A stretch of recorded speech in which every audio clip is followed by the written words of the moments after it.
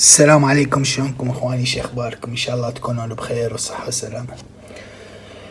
طبعا اخواني دائما تجيني اسئلة على قناتنا على اليوتيوب او على صفحتنا على الفيسبوك انه شلون طيور، ليش طيوري انه شكلها يعني ريشها نظيف ويلمع وزاهي والوانها تكون حلوة الطيور. طبعا اخوان يعني استعمل يعني من اول ما بديت تربية الطيور استعمل الاورو من شركة بيرسلاجة.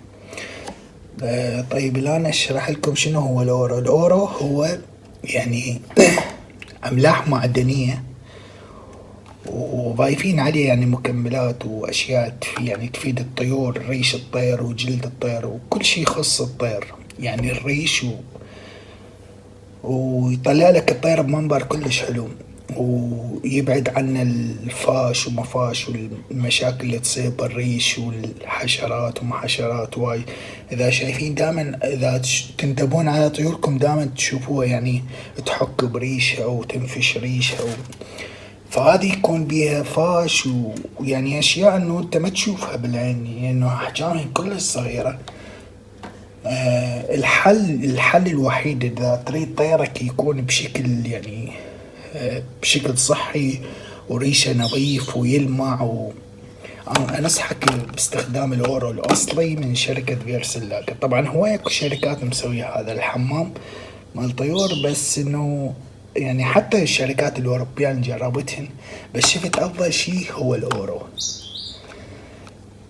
منتج يعني أنصح بيه، ونفس الوقت إنه سعره مو غالي، تقريبا بالشركة الرسمية تقريبا سعره 53 سنت. عند الوكلاء بالمحلات يبيعوه ب4 يورو، باب المحلات 54 يعني تقريبا $5. الآن أشرح لكم إنه كيف طريقة الاستخدام. طريقة الاستخدام جدا سهلة. هذا المنتوج لما يجي وياه ملعقة صغيرة ويجي بيه الكتالوج وتجي بيه هذه الملعقة الصغيرة وهذا هو المنتوج.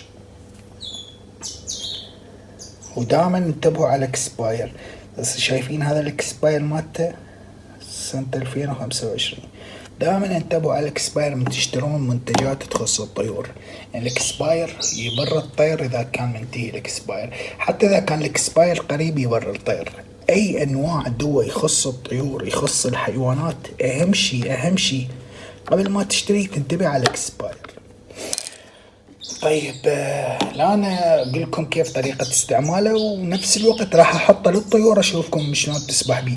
طبعا وملاحظة هذا حتى إذا شربت منه الطيور يعني هو مو مضر للطيور، بالعكس هو مفيد للطيور لأنه مثل ما قلت لكم هو فيه أملاح معدنية، والأملاح المعدنية تفيد للطيور. بس ما تحطه للطيور يعني تحطه استخدام يشربوا، لا أنت تحطه حمام يسبحن بيه، وهو نفس الوقت قبل ما يسبحن راح يشربن منه.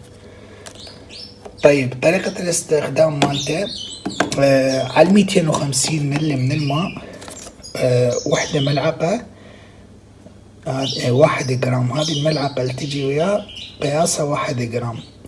يعني إذا تجيب هذه العلبة مال مي الصغيرة هذه 500 مل، هذه تحط بيها ملعقتين صغار،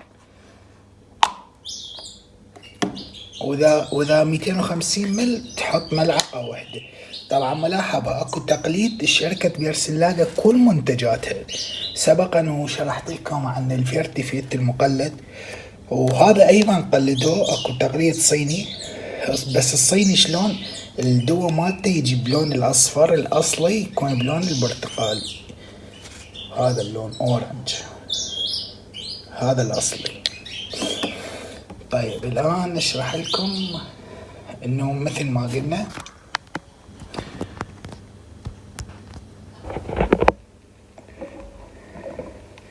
نحط هذا 500 مل، نحط ملعقتين صغار تكون بهذا الحد، هي هذه الملعقة 1 جرام، كل 1 جرام 250 مل من الماء. شايفين الأصلي يتحول أصفر أول ما تحطه بالمي.